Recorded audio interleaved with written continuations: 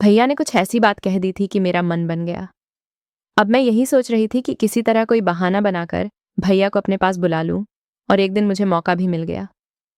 मैंने भैया को फ़ोन करके कहा, भैया, तुम मुझसे मिलने आ सकते हो क्या? वह कहने लगे, मतलब क्या है तुम्हारा? मैंने कहा, तुम्हें मतलब भी मैं समझाऊं? मैं अकेली रहती हूँ। फिर भैया ने कहा, फिर तो वहां आकर मैं वह करूंगा जो मेरी बीवी मुझे करने से रोकती है। मैंने धीमी और शांत आवाज में धीरे से कहा, तुम्हारी बीवी तुम्हें क्या करने से रोकती है? आखिर बीवी है तुम्हारी, नसीब वाली है वह, जो उसके साथ उसका पति है। मेरा तो सुहाग 5 महीने पहले ही उजड़ गया था। पति की कमी क्या होती है, यह मैं जानती हूँ। भैया ज्यादा कुछ नहीं बोले, बस इतना कहा कि वह मैं तुम्हें वहीं आकर बताऊंगा कि मेरी बीवी मुझे क्या नहीं करने देती। मैं मन ही मन बहुत खुश हो गई और बस इंतजार कर रही थी अपने भैया के आने का। मन में एक ऐसा एहसास था जो शायद किसी के लिए कभी नहीं हुआ, और जिस पल का इंतजार मैं 5 साल से कर रही थी, वह दिन अब आने वाला था। दोस्तों, कहानी में अंत तक बन रहे। ये कहानी आपको भरपूर मनोरंजन से भर देगी। आपसे प्रार्थना है कि अगर आपको ये कहानी पसंद आएगी तो प्लीज़ कहानी के अंत में आप मेरे चैनल को सब्सक्राइब भी कर लीजिएगा। मैं समझूंगी कि आपने मेरी कहानी को पसंद किया है, और मेरी अधिक से अधिक यही कोशिश रहेगी कि मैं आपको अच्छी से अच्छी कहानी लाकर दूं। और हाँ, आप मुझे कमेंट करके भी बता सकते हैं कि आपको कैसी कहानी चाहिए। मैं अपनी पूरी मेहनत करूंगी और आपके लिए आपकी पसंद की कहानी लाऊंगी। तो चलिए, बढ़ती हूँ कहानी में शुरू से आगे की तरफ। दोस्तों, मैं एक मुस्लिम लड़की हूँ और मेरा नाम है नाजिया। मेरे नाम का मतलब है खूबसूरत और नाजुक। सचमुच में बचपन से ही बहुत खूबसूरत थी, इसलिए मेरा नाम नाजिया रखा था। उम्र के साथ साथ मेरा शरीर भी बढ़ता गया, लेकिन इतना जल्दी मैंने सोचा नहीं था। कहते हैं ना कि अगर लड़की जवान हो जाती है तो घर वालों से पहले दुनिया वालों को पता चल जाता है। लोगों की नज़रें, खासकर लड़कों और मर्दों की, मुझे पाँव से लेकर सर तक निहारती रहती थी। उनकी आंखों में एक अजीब सी प्यास होती थी जिसे मैं समझ नहीं पाती थी। मेरी उम्र 16 साल हो चुकी थी, लेकिन बचपना मुझ में कूट कूट कर भरा हुआ था। मैं सभी की नज़रों को समझ तो नहीं पाती थी, लेकिन उनके देखते ही मैं हल्का सा मुस्कुरा जाती थी। जब मैं मोहल्ले से निकलती थी, आते जाते लड़के मुझे कई बार कमेंट भी करते थे। जब मैं 18 साल की हुई, तब मैं पहले से भी ज़्यादा खूबसूरत हो गई थी, क्योंकि अब मेरा फिगर भी ऐसा हो गया था जो किसी को भी दीवाना बना दे। मैं अब कॉलेज जाया करती थी, लेकिन घर वालों ने मेरी शादी के बारे में सोचना शुरू किया, जो कि मैं हरगिज़ नहीं चाहती थी। अभी तो मुझ में बचपना ही था, और शादी जैसे बंधन में मैं इतना जल्दी नहीं पड़ना चाहती थी।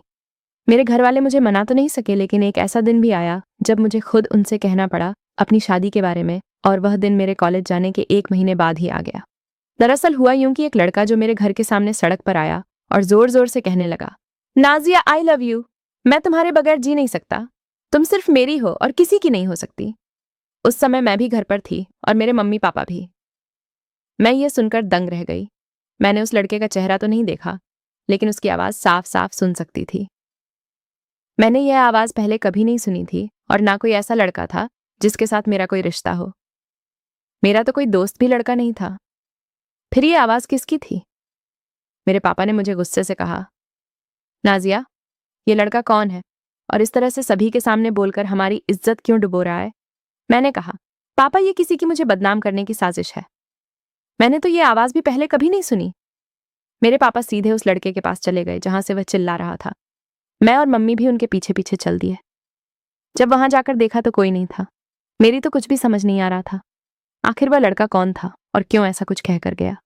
मैं भी उस लड़के को एक बार जरूर देखना चाहती थी।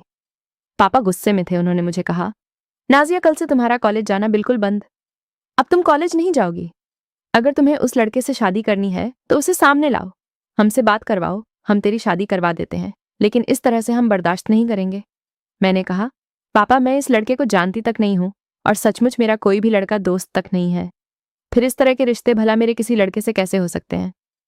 लेकिन पापा नहीं माने। मेरा कॉलेज आना जाना बंद हो गया। मुझे उस लड़के पर बहुत गुस्सा आ रहा था। पता नहीं कौन था वह, जो कुछ ऐसी बातें कह गया जिसने मेरे घर वालों को और मेरी जिंदगी को हिलाकर रख दिया। कुछ दिन बीत गए, लेकिन फिर से वही आवाज और वही शब्द उस जगह पर सुनने को मिले। मैं तुरंत सड़क की तरफ भागी जहां से वह लड़का चिल्ला रहा था, मेरा नाम ले लेकर, जैसे कि कोई मेरा पुराना आशिक हो और मुझसे बहुत प्यार करता हो। जब मैं सड़क पर पहुंची, मैंने देखा वह लड़का बाइक पर बैठकर वापस जा रहा था। मैं उसका चेहरा नहीं देख पाई, जिसका मुझे बहुत अफसोस था। उस समय मेरे पापा घर पर नहीं थे और ना ही मेरी मम्मी, लेकिन मोहल्ले वालों ने तो वह सब सुन लिया था। वह मुझे कहने लगे, इस तरह की हरकतें यहाँ नहीं चलेगी। तुमने कॉलेज जाना क्या बंद किया? तुम्हारे आशिक अब घर तक आने लगे? जरा अपने माँ बाप का ख्याल तो करो। अगली बार फिर से वह लड़का यहाँ आया तो अच्छा नहीं होगा। हमारे मोहल्ले में हिंदू परिवार भी रहता था और हिंदू मुस्लिम आपस में सभी अच्छे से रहते थे। हिंदू परिवार के एक लड़के ने सामने आकर कहा, मैं इस लड़की को बचपन से जानता हूँ। ये लड़की ऐसी हो ही नहीं सकती। ये तुम लोगों की गलत सोच है जो इस पर इल्जाम लगा रहे हो। कोई इसे बदनाम कर रहा है। पहले हमें उस लड़के को पकड़ना चाहिए, तभी मालूम चलेगा कि तुम लोग सही बोल रहे हो या फिर यह लड़की। उस लड़के का नाम आदित्य था। उसने सभी की बोलती बंद कर दी। वह पढ़ा लिखा और समझदार लड़का था और शहर में नौकरी भी करता था। उम्र थी करीब 25 साल। मैं कुछ नहीं बोली, बस रोती हुई अपने घर आ गई। आज तो आदित्य ने सब लोगों को चुप करा दिया था, लेकिन जब आदित्य नहीं होगा तब उन्हें कौन चुप कराएगा। लेकिन कहीं ना कहीं यह भी सच था कि आदित्य की बातों ने मेरे दिल को छू लिया था। मैंने आदित्य को कभी इस नज़र से नहीं देखा था जैसा नज़रिया मेरा आज उसके प्रति हो गया था। बार बार मैं उसी के बारे में सोच रही थी। आखिर उसने मुझ पर उंगली उठने से, गांव वालों और अपने परिवार वालों से मुझे बचाया था। अगले दिन मैं अपने घर की छत पर खड़ी थी, जहां से आदित्य का घर भी दिखता था। मैं उसके घर की तरफ देख रही थी, तभी मुझे आदित्य भी दिखा। वह बालकनी में खड़ा था। मैं उसे एक नज़र से देख रही थी, लेकिन आदित्य का ध्यान मेरी तरफ बिल्कुल भी नहीं था। मेरा दिल उसके और करीब होता जा रहा था। न चाहते हुए भी मेरा उसके लिए आकर्षण बढ़ता जा रहा था, जबकि मैं ये जानती थी कि यह कभी नहीं हो सकता, क्योंकि वह एक हिंदू लड़का था और मैं मुस्लिम लड़की। उम्र में भी करीब वह 7 साल मुझसे बड़ा था। मुझे अपनी हम उम्र के लड़कों की तरफ भी कभी यह आकर्षण नहीं हुआ था।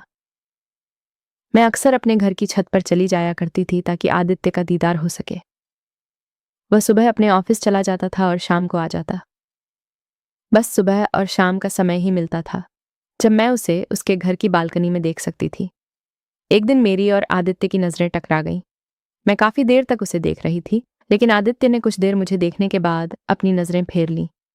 शायद वह जानता था कि यह सब ठीक नहीं है, उसके लिए भी और मेरे लिए भी। एक दिन वह सुबह ऑफिस के लिए जा रहा था, मैं भी दुकान के लिए जा रही थी। मैंने आदित्य से कहा, आपका बहुत बहुत धन्यवाद जो आपने मुझे औरों की तरह नहीं समझा। उसने कहा, धन्यवाद करने की कोई ज़रूरत नहीं है। तुम मेरे गांव की लड़की हो और तुम्हें मैं औरों से ज़्यादा जानता हूँ। फिर मैंने हिम्मत करके कहा, तुम्हें मैं कैसी लगती हूँ? मेरा मतलब है तुम्हारा नज़रिया मेरे लिए कैसा है? वह कहने लगा, एक सम्मान भरा। मैंने कहा, मेरा नज़रिया तो उस दिन के बाद तुम्हारे लिए बदल चुका है। तुम कहोगे कि एक लड़की होकर यह क्या कह रही है। मैं बड़े दिन से इस मौके का इंतजार कर रही थी और तुमसे दिल की बात कहना चाहती थी। मैं तुम्हें चाहने लगी हूँ। ये सब सही है या गलत, मैं नहीं जानती। मैं बस इतना जानती हूँ कि तुम मुझे बहुत अच्छे लगते हो और मैं तुमसे शादी करना चाहती हूँ, भले ही मुझे अपने समाज से क्यों ना लड़ना पड़े। तुम मेरी पहली और आखिरी पसंद हो। आदित्य कहने लगा, ये सब ठीक नहीं है। तुम जानती हो तुम एक मुस्लिम लड़की हो और मैं एक हिंदू लड़का। हमारा समाज इस रिश्ते को नहीं मानेगा। मैंने कहा, यह जिंदगी मेरी है। मुझे समाज का कोई डर नहीं है। मैं अपनी जिंदगी अपने हिसाब से जी सकती हूँ। हम यहाँ से कहीं दूर भाग जाएंगे, अगर तुम चाहो तो। आदित्य कुछ नहीं बोला और वह वहां से चला गया। शाम को मैं फिर से अपनी छत पर आ गई, लेकिन आदित्य बालकनी में नहीं आया था। मैं मायूस हो गई, लेकिन खुद पर काबू न पा सकी। मैंने शाम को मम्मी से कहा, मम्मी, मुझे आदित्य बहुत अच्छा लगता है। उसने गांव वालों के सामने मुझ पर आंच नहीं आने दी। सभी गांव वाले मुझे उल्टा सीधा कह रहे थे, लेकिन आदित्य ने आकर सभी को चुप करा दिया। वह बहुत अच्छा लड़का है। वह मेरी पहली पसंद है। हिंदू हुआ तो क्या हुआ, आखिर है तो इंसान ही। मेरी मम्मी ने मुझे समझाया और कहा, बेटी, ये 2 धर्मों का मामला है। तू जानती भी है कि ऐसा करने से हम गांव वालों का आपसी प्यार भी खत्म हो जाएगा, और सबसे बड़ी बात, गांव में दंगे भी हो सकते हैं। मम्मी ने मुझे डांटा और कहा, दोबारा ऐसी बात अपनी जुबान पर भी नहीं लाना। कहीं तेरे पापा को पता चल गया तो वह तुझे जान से ही मार देंगे। मैं भी कुछ नहीं बोली। मुझे तो सिर्फ आदित्य चाहिए था, ऐसा हमसफर जो नारी की इज्जत करना जानता था। मैंने रात को कमरे में जाकर एक पत्र लिखा, आदित्य के नाम का। मैंने लिखा कि अगर वह 2 दिन में मुझे अपने साथ भगाकर नहीं ले जाएगा तो मैं खुदकुशी कर लूंगी। आदित्य तक वह पत्र पहुंच गया। उसी दिन शाम को वह बालकनी में भी आया। हम दोनों की नजरें भी काफी देर तक मिली। वह इधर उधर भी देख रहा था कि कोई देख ना रहा हो, लेकिन मैं उसे एक नजर से देख रही थी जैसे किसी का डर ही ना हो। आदित्य ने एक कागज का टुकड़ा पत्थर में लपेटकर मेरी छत की तरफ फेंका, लेकिन वह मुझ तक नहीं पहुंचा, बल्कि गिरकर आंगन में गिर गया। वह भी उस इंसान के पांव के आगे जो मेरी दूर की बुआ का बेटा था, नाम था शहजाद। दोस्तों, यहाँ से कहानी अब बहुत ही रोमांटिक होने वाली है और कहानी में एक नया मोड़ आने वाला है जो आपको भी चौंका देगा। दोस्तों, शहजाद मेरी दूर की बुआ का बेटा जो करीब 22 साल का था और हमारे पड़ोस में ही रहता था, कभी कभार हमारे घर भी आता था। आज भी आया था, लेकिन ऐसे वक्त पर जब उसे नहीं आना चाहिए था। उसने वह कागज का टुकड़ा उठाया और उसे पढ़ा। फिर उसने मेरी तरफ भी देखा और आदित्य की तरफ भी। उसे समझते देर न लगी। कुछ समय मेरे मम्मी पापा घर पर नहीं थे। मैं इशारे में आदित्य से पूछ रही थी कि उसमें क्या लिखा है। आदित्य सर पर हाथ रखे हुए बैठ गया। पता नहीं आदित्य ने उसमें क्या लिखा था। आदित्य ने मुझे इशारा किया और सड़क की तरफ आने को कहा। मैं तुरंत घर के पीछे के रास्ते से सड़क की तरफ निकल गई। आदित्य ने कहा, तुम सड़क से थोड़ी दूर चली जाओ, मैं भी तुम्हें वहीं मिलता हूं। हम दोनों को आज ही भाग जाना होगा। मैंने पूछा, आखिर तुमने उस कागज के टुकड़े में क्या लिखा था? वह कहने लगा, मैंने लिखा था कि हम कल शाम को ही यहां से निकल जाएंगे, कहीं दूर, जहां हमें कोई ढूंढ भी ना पाए। हमें आज ही है गांव छोड़ना पड़ेगा, वरना तुम्हारे पापा तुम्हें नहीं छोड़ेंगे। मैं भी बहुत डर गई थी। उसी समय शहजाद ने मुझे आदित्य के साथ सड़क पर देख लिया। आदित्य एक तरफ चला गया और मैं दूसरी तरफ। शहजाद ने मेरा पीछा किया और आखिर कुछ ही दूरी पर जाकर मुझे रोक लिया और कहा, तुम कहाँ जा रही हो? मैं खुद पर स्वयं रखा और अपनी आवाज को स्थिर रखते हुए कहा, कहीं नहीं, बस टहलने निकली थी। शहजाद ने कहा, कुछ देर पहले तुम छत पर थी, लेकिन जब मैं तुम्हारे घर गया, तुम तुरंत ही वहां से निकलकर यहां सड़क पर आदित्य से मिलने आ गई। तुम जानती हो, अगर मैं ये बात तुम्हारे घर पर बता दूं कि तुम उसके साथ भाग रही हो, तो फिर उसका अंजाम क्या होगा? मैंने सर झुका दिया, फिर कहा, भैया, आदित्य बहुत अच्छा लड़का है, मैं उसके बिना नहीं रह सकती। मैंने शहजाद को सारी बात बता दी। शहजाद थोड़ी देर के लिए चुप रहा। फिर उसने मुझे गले लगाया और कहा, देख, जो रास्ता तुम अपना रहे हो ये ठीक नहीं है, ना तुम्हारे घर वालों के लिए और ना ही आदित्य के घर वालों के लिए। मैं तुझे एक रास्ता बताता हूँ। अगर तू उस रास्ते पर चलना चाहती है तो तुझे मेरी एक शर्त माननी होगी, तभी तुम्हारी मदद करूंगा, वरना मैं ये बात सभी को बता दूंगा। मैंने उसके आगे हाथ जोड़ दिया और कहा, भैया, आपकी जो भी शर्त है, मैं आपकी सभी शर्तों को मानने के लिए तैयार हूं। बस आप मुझे वह रास्ता बता दीजिए। दोस्तों, अब शुरू होती है ऐसी कहानी जिसकी आप कल्पना भी नहीं कर सकते हैं। शहजाद ने मुझे ऊपर से नीचे तक देखा और फिर नीचे से ऊपर तक, फिर कहा, नाजिया, तू नहीं जानती, मैं भी तुझे बहुत पहले से बहुत पसंद करता हूँ। मेरे घर वाले तुझसे मेरी शादी की बात भी छेड़ने वाले थे। मैंने कहा, लेकिन भैया, मैं अब इस समाज से बाहर निकलना चाहती हूँ। मैं तुम्हें भैया कहती हूँ, सिर्फ कहती ही नहीं, मानती भी हूँ। हाँ, इतना जरूर है, आज से मैं तुम्हें भैया नहीं कहूंगी। अगर कहूंगी भी तो सिर्फ समाज के सामने, लेकिन मैं आज से तुम्हारी दोस्त बनूंगी। मैं शाहजहां ने कहा, मुझे मंजूर है। फिर मैंने पूछा, अब तो बताओ, वह कौन सा रास्ता है जो तुम्हारे दिमाग में चल रहा है? वह कहने लगे, मैं तुम्हें वह रास्ता बताऊंगा जिससे तुम्हारे घर वालों को भी इस बारे में पता न चले। तुम्हें बाहर जाकर कोई जॉब का बहाना करना होगा और जॉब करने के बहाने तुम्हें घर से बाहर रहना होगा, ताकि तुम कभी कभार ही घर आ सको। आदित्य को भी तुम्हारे साथ रहना चाहिए, कभी कभी वह घर भी आ सकता है। किसी को पता नहीं चलेगा कि तुम दोनों का क्या रिश्ता है। मैंने आदित्य को भी सब कुछ बता दिया। आदित्य को पहले तो विश्वास नहीं हुआ, फिर कहा, ठीक है, जैसा तुम चाहती हो। मैंने अपने घर में मम्मी को बता दिया कि मैं शहर में जाकर जॉब करूंगी। शहजाद भैया ने मेरे लिए कोई जॉब ढूंढी है, मैं वहां जाकर जॉब करूंगी। मैं गांव वालों के ताने नहीं सहन कर सकती। शहजाद भी वहीं जॉब करता था। घर वालों ने कुछ नहीं कहा, बस यही कहा कि जहां भी रहोगी ध्यान से रहना और शहजाद के साथ ही रहना। कमरे का किराया भी आधा आधा कर लेना। वह तुम्हारी देखभाल करने के लिए भी तुम्हारे साथ होगा और हमें कोई फिक्र भी नहीं होगी। बस ध्यान रखना, हमारी इज्जत को बनाए रखना। मैं खुश हो गई। मुझे सिर्फ आदित्य चाहिए था। घर से निकल जाना तो एक बहाना था। शहजाद मुझे लेकर शहर आया जहां वह जॉब करता था। आदित्य को शहजाद ने कहा था कि तुम कुछ दिन बाद आना और आने से पहले फोन कर देना। मेरे पास तो कोई फोन नहीं था, लेकिन शहजाद के पास था। उसने अपना नंबर आदित्य को दिया। मेरी मजबूरी थी, मुझे शहजाद के साथ ही रहना था, उसी के साथ, उसी के कमरे में। मैं बहुत खुश थी, बस इंतजार था अब आदित्य के वापस आने का। उस रात मैं और शहजाद, हम दोनों साथ रहे, लेकिन शहजाद ने मुझे किसी तरह से कोई भी गलत बात नहीं कही और ना ही कोई गलत नजर डाली।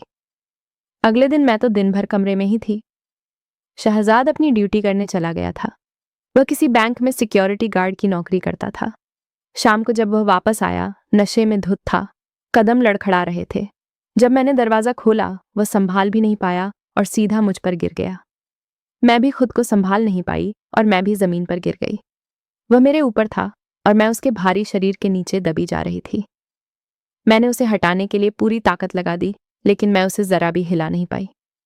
उसने खुद भी कोशिश नहीं की, जैसे कि वह मुझसे अलग होना ही नहीं चाहता हो। उसने अपना सर मेरी गर्दन पर रख दिया। वह रो रहा था, रोते रोते कह रहा था, तुम नहीं जानती मैं अपने हाथों से तुम्हें किसी और के हाथों में सौंपते हुए कितना टूट रहा हूं। उसकी सांसों का स्पर्श मेरी गर्दन को हो रहा था, जिससे मुझ में एक अजीब सी बेचैनी हो रही थी जो आज से पहले कभी नहीं हुई थी। मैं खुद को रोक नहीं पा रही थी। मेरी सांसों की रफ्तार अपने आप बढ़ती जा रही थी। माथे पर पसीना आ गया था। मैंने धीरे से कांपती हुई आवाज में शहजाद से कहा, देखो, मैं नाजिया हूं और तुम मुझसे अलग हो जाओ, मुझे बहुत तकलीफ हो रही है। वह कहने लगा, नाजिया दोस्त हूं तुम्हारा, इतना हक तो तुम मुझे दे सकती हो।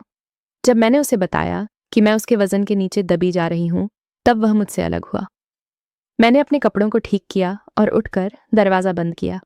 फिर शहजाद को उठाया और उसे बिस्तर पर लेटा दिया। मैंने कहा, हाँ, मैंने तुम्हें दोस्त कहा है, लेकिन मेरा यह शरीर आदित्य के नाम है और मुझे छूने का अधिकार भी सिर्फ आदित्य को ही है, किसी और को नहीं। शहजाद ने कहा, मैं खुद को संभाल नहीं पाया, इसलिए तुम पर गिर गया। मैंने जानबूझकर नहीं किया, ये तो मैं भी जानती थी। सचमुच उसने जानबूझकर नहीं किया था।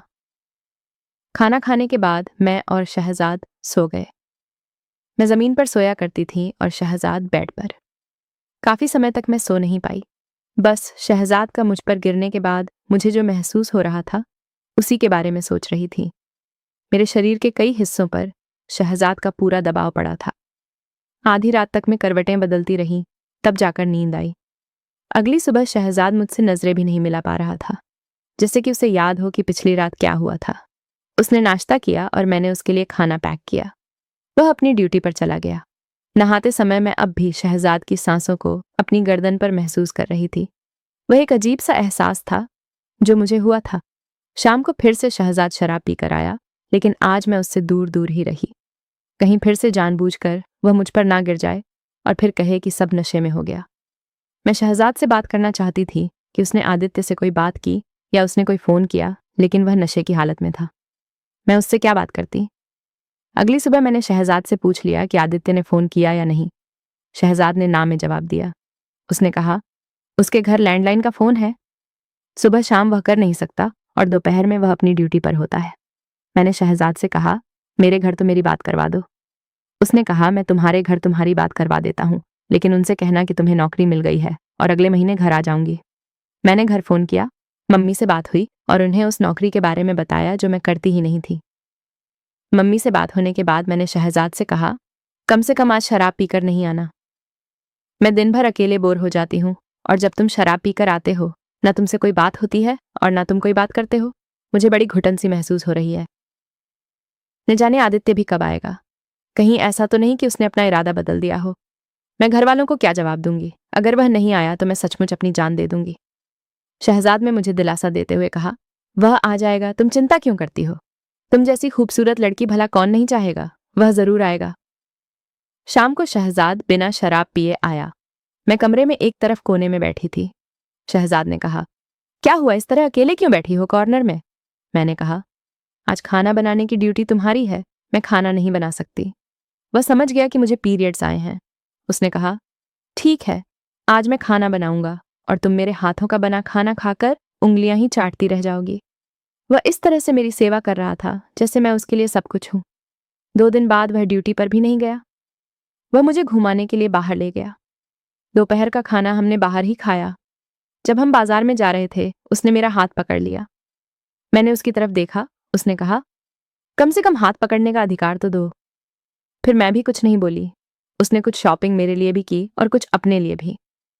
आज का दिन बहुत अच्छा रहा था क्योंकि मैं उस कमरे से निकलकर खुली हवा में सांस ले रही थी। शाम को हम दोनों वापस आ गए।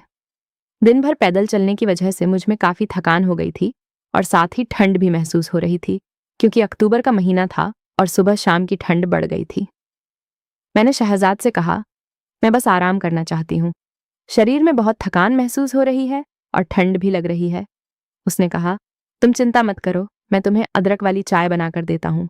उसने फटाफट अदरक वाली चाय बनाकर मुझे दे दी। चाय पीने के बाद मैं बिस्तर पर इस तरह से लेट गई जैसे दिन दुनिया की कोई खबर ही ना हो। अगले दिन सुबह जब मैं उठी तो देखा सुबह के 10 बजे बज रहे थे और शहजाद कमरे में नहीं था, वह ड्यूटी चला गया था। मैं बिस्तर से उठने की कोशिश की, लेकिन मेरी कमर में बहुत जोरों का दर्द हो रहा था और साथ ही मेरे पेट में भी। मैं धीरे धीरे कदमों के साथ उठी और नहाने के लिए पानी गर्म किया। नहाने के बाद मैंने थोड़ा अच्छा महसूस किया, लेकिन मेरे पेट की दर्द अब भी थी। मैंने नाश्ता किया और मैं फिर से लेट गई। ऐसा लग रहा था कि मैं सोती ही रहूं। साथ ही हल्का हल्का बुखार भी था। शाम को जब शहजाद आया तब तक मेरी तबीयत कुछ ठीक हो गई थी। असम फिर से शहजाद ने मुझे वहीं अदरक वाली चाय बनाकर दी। उसके बाद मैंने खाना खाया और फिर से गहरी नींद में सो गई। अगली सुबह फिर से जब मैं उठी, शहजाद कमरे में नहीं था। वह ड्यूटी चला गया था क्योंकि घड़ी की सुई सुबह के 10 बजे का समय दिखा रही थी। मेरी समझ नहीं आ रहा था कि मैं इतनी देर तक कैसे सोई रही। ऐसा लग रहा था जैसे मैं बेहोशी से बाहर आई हूं। मुझे शहजाद की अदरक वाली चाय पर शक हुआ। कहीं उसने चाय में कुछ मिलाकर मुझे पिलाया तो नहीं, जिसकी वजह से मैं गहरी नींद में सो गई थी। उसके बाद उसने मेरे साथ पता नहीं क्या किया होगा। मुझे उस पर विश्वास तो था, लेकिन इतना भी नहीं। करीब 20 दिन बीत गए। आदित्य का कोई फोन नहीं आया। शहजाद यही कहता रहा कि उसने फोन नहीं किया है। मुझे कुछ ठीक नहीं लगा। एक दिन शहजाद के ड्यूटी पर जाने के बाद मैं अपने गांव आ गई। आने से पहले मैंने शहजाद के लिए एक खत लिखा। उसमें लिखा कि मैं गांव वापस जा रही हूं, आदित्य को पूछने के लिए कि कहीं उसने अपना इरादा तो नहीं बदल दिया। आखिर उसने इतना समय क्यों लगाया? अब तक फोन क्यों नहीं किया? मैं उसका पता करने के बाद 2 दिन बाद वापस आ जाऊंगी। आने से पहले मैं तुम्हें फोन करूंगी। तुम्हारा नंबर है मेरे पास, मेरी चिंता मत करना। गांव आकर मैंने मम्मी से कहा, मम्मी, मैं 2 दिनों के लिए गांव वापस आई हूं। हमारी कंपनी में 2 दिनों की छुट्टी है, इसलिए मैं घर आ गई। मुझे तो आदित्य का पता करना था। मैं सड़क पर पहले से खड़ी थी। मैं आदित्य का इंतजार कर रही थी। आखिर जब आदित्य आया, मैंने उससे बात की और पूछा, तुमने अब तक फोन क्यों नहीं किया? मुझे कितने दिन हो गए हैं तुम्हारा इंतजार करते करते? उसने कहा, शहजाद ने मुझे गलत नंबर दिया था, वह नंबर तो मिलता ही नहीं।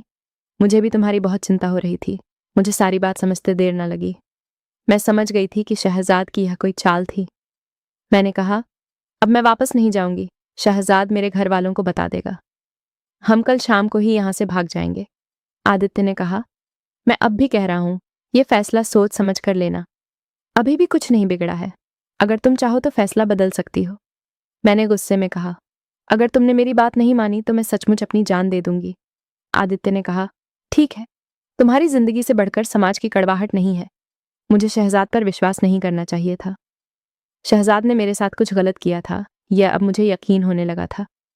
अगर मैं वहां से बिना बताए ना आती तो शायद मैं आदित्य का इंतजार ही करती रह जाती। अगले दिन मैं और आदित्य घर छोड़कर हमेशा के लिए निकल गए। पता नहीं अब कभी वापस आने की उम्मीद भी थी या नहीं। दोस्तों, कहानी को अधूरा मत छोड़िएगा। इस कहानी का अंतिम मोड़ आने वाला है, और साथ ही ऐसा मोड़ जो आपकी सोच से बिल्कुल परे होगा। घर से भाग जाने के अगले दिन ही मैंने और आदित्य ने कोर्ट मैरिज कर ली। आदित्य एक कंपनी में ऑपरेटर की जॉब करता था। उसके पास टैलेंट तो था, जिसकी वजह से उसे जल्द ही एक अच्छी नौकरी मिल गई थी। उसने इस नौकरी की तैयारी घर से आने से पहले ही कर दी थी। शादी करने के बाद कंपनी में वह डॉक्यूमेंट देने गया था। हम गेस्ट हाउस में रहते थे। मैं कमरे में अकेली थी। अचानक मेरी तबीयत खराब हुई। मुझे उल्टियां होने लगी। एक क्लिनिक पर चेक कराने गई। वहां एक महिला ने पूछा, आपकी शादी को कितना समय हुआ है? मैंने कहा, आज ही मेरी शादी हुई है। फिर वह कहने लगी, तुम्हारे संकेत तो कुछ और ही लग रहे हैं। आजकल के लड़के लड़कियां भी ना शादी से पहले ही बहुत कुछ कर जाते हैं। मैंने पूछा, क्या मतलब है तुम्हारा? वह मुस्कुराते हुए कहने लगी, नहीं कुछ नहीं, बस मुझे तुम्हारा एक टेस्ट करना होगा। उसने यूरिन टेस्ट किया। रिपोर्ट चौंका देने वाली थी। मैं मां बनने वाली थी। मेरे रोंगटे खड़े हो गए। मैं सोच में पड़ गई। अभी तो शादी को 1 ही दिन हुआ है और मेरे और आदित्य के बीच में अभी तक कुछ भी नहीं हुआ, तो फिर मैं मां कैसे बन गई? मुझे शहजाद पर जो शक था वह अब यकीन में बदल गया था। उसने मुझे उस चाय में बेहोशी की दवा मिलाकर दी थी, जिसकी वजह से मैं महसूस ही नहीं कर पाई कि मेरे साथ क्या हो रहा है, और शहजाद ने मेरी उस हालात का फायदा उठाया। मैं आदित्य से कुछ कह नहीं सकती थी। मुझे इस बात को छुपाना पड़ा। शादी की रात ही हम दोनों एक हो गए, दिल से भी, मन से भी और तन से भी। शादी के 1 महीने बाद मैंने घर फोन किया और बता दिया कि मैंने और आदित्य ने शादी कर ली है और हम दोनों अब पति पत्नी हैं। इतना बताने के बाद मैंने फोन कट कर दिया। पता नहीं उसके बाद क्या हुआ होगा, लेकिन मैं तुम्हें अपनी कहानी बताती हूँ जो मेरे साथ हुआ। शादी के 8 महीने बाद में माँ बन गई और मैंने एक लड़की को जन्म दिया। मैंने उस राज को हमेशा अपने मन में ही दबा कर रखा। मैं जानती थी कि यह लड़की आदित्य की नहीं बल्कि शहजाद की है। मेरे पड़ोस का वह लड़का जिसे मैं हमेशा भाई कहती थी, उसने अपनी बातों में फंसाकर मुझे अपना दोस्त बनाया और फिर वह सब किया जो वह चाहता था। लड़की धीरे धीरे जवान होती गई। अब वह चलने फिरने लग गई थी। मेरी शादी को 3 साल हो गए थे। एक दिन मेरी जिंदगी में ऐसा मोड़ आया जब मेरी दुनिया से मेरी खुशियां ही उजड़ गईं। आदित्य का एक्सीडेंट हो गया और वह हमेशा के लिए मुझे छोड़कर चला गया। मैं बिल्कुल टूट चुकी थी, जैसे मेरी दुनिया ही उजड़ गई हो। मैं अपनी जान दे देती अगर मेरी छोटी सी बेटी ना होती। मुझे उसके लिए जीना था। मैं दिन रात आदित्य के ख्यालों में खोई रहती। इन 3 सालों में उसने बहुत सा पैसा भी जोड़ रखा था अपने सपनों के घर के लिए। एक दिन मैंने उस नंबर पर फोन किया जो शहजाद का था और वह अब भी मेरी डायरी में लिखा था। मैंने कहा, मैं नाजिया बोल रही हूँ। वह कहने लगा, नाजिया तुम कहाँ हो, तुम और कैसी हो? तुम जानती हो तुम्हारे इस कदम ने तुम्हारे और आदित्य के घर वालों में कितने दंगे करवाए हैं। वहां जो हुआ वह सब मैं नहीं जानती, लेकिन तुमने जो किया वह मैं कभी नहीं भूलूंगी। वह बात समझ गया था कि मुझे उसकी गलती के बारे में पता चल चुका है, उस गलती के बारे में जो उसने की थी। मैंने कहा, मैं जानती हूं तुमने मेरे साथ क्या किया है। तुमने मेरी मजबूरी का फायदा उठाया है। वह कहने लगा, अच्छा, तो तुम्हें पता चल ही गया है। मुझे अफसोस नहीं है कि तुम्हें पता चल गया है, लेकिन मुझे खुशी है कि तुम्हें मैंने आदित्य से पहले पा लिया है। सड़क पर आवाज लगाने वाला लड़का भी मैं ही था। मैं समझ गई ये सब शहजाद की ही चाल थी। वह मुझे बदनाम करना चाहता था। वह मुझे अपनाने के लिए वह सब कर रहा था। मैं आदित्य को तो खो चुकी थी, लेकिन अब मैंने कुछ और ही सोचा था। मैंने शहजाद से कहा, जो हुआ सो हुआ। अब मैं वह सब भूल चुकी हूँ। मैं तुम्हें कुछ बताना चाहती हूँ। शहजाद खुश हो गया कि मैंने उसकी गलती माफ कर दी है। उसने कहा, बिल्कुल नाजिया, कहो क्या बताना चाहती हो। मैंने कहा, मैंने आदित्य से शादी कर ली थी, लेकिन आज आदित्य मेरी जिंदगी से हमेशा हमेशा के लिए चला गया है। उसे गुजरे हुए 5 महीने हो गए हैं। मेरी एक बेटी भी है। मैंने ये राज आज दिन तक आदित्य को भी नहीं बताया था, आज तुम्हें बताना चाहती हूँ। मैं शादी से पहले ही माँ बन गई थी तुम्हारे बच्चे की। ये लड़की तुम्हारी ही निशानी है। मैं चाहती हूँ कि तुम इसे अपनाओ। शहजाद ने कहा, नाजिया, अगर मेरी भी शादी नहीं हुई होती तो मैं तुम दोनों को अपना लेता। अब मैं घर पर ही रहता हूँ और यहीं पर थोड़ी ही दूरी पर काम भी करता हूँ। तभी उसकी पत्नी भी आई। उसने कहा, किससे बातें कर रहे हो? शहजाद ने कहा, मेरी बहन है। जहां मैं रहता था वहीं पर यह भी रहती थी। मैं शहजाद को भैया कहने लगी ताकि उसकी बीवी को शक ना हो। मैंने कहा, भैया, किसी दिन आना हमारे घर, भाभी को भी साथ लाना। शहजाद ने कहा, हाँ, जरूर आऊंगा।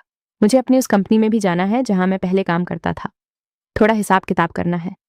मैंने धीरे से कहा, आने से पहले फोन करना। अगले दिन मौका देखकर शहजाद ने मुझे फोन किया और कहा, तुम कहाँ रहती हो? मैं तुमसे मिलना चाहता हूँ। मैं खुश हो गई। मेरे पति को गुजरे हुए भी काफी समय हो गया था।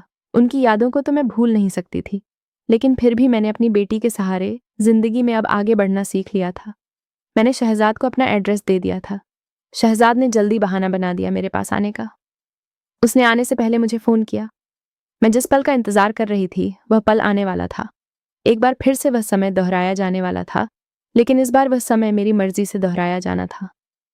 शहजाद मेरे पास आ चुका था। वह बहुत खुश था हम दोनों से मिलकर। मैंने शहजाद को आते ही अदरक वाली चाय बनाकर दी और कहा, आज मैं तुम्हें अदरक वाली चाय पिलाती हूँ, लेकिन इसमें कोई दवाई नहीं मिलाई है तुम्हारी तरह। अगर तुम्हें मुझसे कुछ चाहिए था तो तुम बता देते। चाय में बेहोशी की दवा मिलाने की जरूरत नहीं पड़ती। शहजाद खुश हो गया। उसकी आंखों में चमक आ गई। वह कहने लगा, तुम अपने हाथों से मुझे जहर भी पिलाओगी तो वह भी मुझे मंजूर है। वह अपने होठों को अपने दांतों के बीच में दबा रहा था और मेरे सीने पर अपनी नजरें गड़ाए हुए था। मैं उसकी नजरों को पढ़ रही थी। मैंने कहा, मैं आज तुम्हारी सारी इच्छा पूरी करूंगी। आखिर मैंने भी इस दिन का लंबे समय से इंतजार किया है, जब से मुझे यह पता लगा कि मैं तुम्हारे बच्चे की मां बनने वाली हूं। शहजाद जब पूरी चाय पी गया, उसके करीब 10 मिनट बाद ही चाय ने अपना रंग दिखाना शुरू कर दिया। शहजाद मेरी तरह बेहोश हो गया। उसके बाद जो मैंने किया दोस्तों, वह शहजाद भी कभी नहीं भूल पाएगा। मैंने गर्मा गर्म तेल उसकी ऐसी जगह पर डाला जहां पर उसकी दुनिया ही खत्म होने वाली थी। बेहोशी हालत में उसे कोई पता नहीं चला, जैसे कि मुझे भी नहीं चला था। सुबह 6 बजे होश आया, तब तक तो उसका खूबसूरत संसार उजड़ चुका था। वह दर्द से चिल्ला रहा था। वह चिल्लाते हुए कहने लगा, नाजिया, ये तुमने मेरे साथ क्या किया? मुझे तुमसे ये उम्मीद नहीं थी। तुमने मुझे धोखा दिया। किसी और चीज के सपने दिखाकर तुमने मुझे बर्बाद ही कर दिया। मैंने कहा, तुमने भी तो मुझे बर्बाद ही किया। धोखा देकर तुमने भी मेरी जिंदगी को उजाड़ दिया था। मैं आज तक इसी दिन का इंतजार कर रही थी। तुम दोबारा किसी के साथ भी अब वह सब करने के सपने ही देखोगे। अगर तुम्हें अपनी जान बचानी है तो जाकर अस्पताल चले जाओ, वरना अपनी जान से भी हाथ धो बैठोगे। उसने कहा, मैं तुम्हें छोड़ूंगा नहीं। मैं मुस्कुराई। जाकर पहले अपनी जान बचाओ। कहीं ऐसा ना हो कि यह भी एक सपना ही रह जाए। मुझे सुकून मिला। मैं आदित्य को सच्चे दिल से चाहती थी। मैं कभी भी नहीं चाहती थी कि आदित्य के सिवा मुझे कोई छुए भी। लेकिन शहजाद ने मेरे उस सपने को तोड़ डाला था। मुझे नहीं मालूम कि उसके बाद शहजाद का क्या हुआ होगा, लेकिन इतना तो पक्का था कि वह कभी भी किसी औरत या किसी लड़की के करीब भी नहीं जाने वाला था, क्योंकि अब वह मर्द रहा ही नहीं था। मैंने उसे हमेशा के लिए नामर्द बना दिया था। मैं अपनी उस जगह को छोड़कर अब दूर दूसरे शहर जाकर रहने लग गई थी, अपनी बेटी के साथ। अब मेरे लिए मेरी जिंदगी सिर्फ मेरी बेटी ही थी। अपनी माँ से मैं बीच बीच में बात कर लिया करती थी। धीरे धीरे मेरी माँ ने मेरे पिता से भी बात की और उन्हें बताया कि अब अपनी लड़की को वापस बुला लो। उसके साथ इतना कुछ हो गया है, अब तुम्हें भी गुस्सा थूक देना चाहिए। आखिर वह हमारी बेटी है। क्या गलती थी उसकी? उसने सिर्फ किसी को पसंद किया था। उसकी खुशी उसमें थी। आज उसकी खुशी ही उसके साथ। नहीं तो फिर उसे अपनाने में क्या हर्ज है? भले ही वह घर पर ना रहे, लेकिन हमें उसके साथ होना चाहिए। मम्मी के ऐसा कहने पर पापा भी मान गए और वह मुझसे मिलने वहां आ गए जहां मैं रहती थी। मम्मी ने पापा से कहा, अब हम अपने गांव की जमीन जायदाद बेचकर यहीं रहेंगे, अपनी बेटी के साथ। यहीं पर थोड़ी बहुत जमीन खरीदकर घर बना लेंगे और फिर कभी भी वापस अपने गांव नहीं जाएंगे। पापा ने भी वैसा ही किया। आज मैं अपनी गलतियों को याद करके बहुत पछताती हूँ। मुझे शहजाद पर विश्वास नहीं करना चाहिए था। अपने माँ बाप और आदित्य की बात को भी मान लेना चाहिए था। अगर मैं अपनी जिद पर न अड़ती तो शायद आदित्य भी आज जिंदा होता। अगर मैं भी अपने माँ बाप की मर्जी से कहीं शादी करती तो मेरी जिंदगी भी आज इस तरह की ना होती। ना मेरे माँ बाप को अपना गांव, अपना घर छोड़कर आना पड़ता और ना ही गांव में किसी से तकरार होती है। तो दोस्तों, यह थी नाजिया की कहानी। आपको कैसी लगी मुझे कमेंट करके जरूर बताना। आप मुझे कमेंट करके बताएं कि जो नाजिया ने किया, क्या वह सही किया या गलत? अगर आप नाजिया की जगह पर होते तो क्या करते? कहानी अच्छी लगी हो तो वीडियो को एक लाइक करें तथा चैनल पर पहली बार आए हो तो चैनल को सब्सक्राइब अवश्य करें।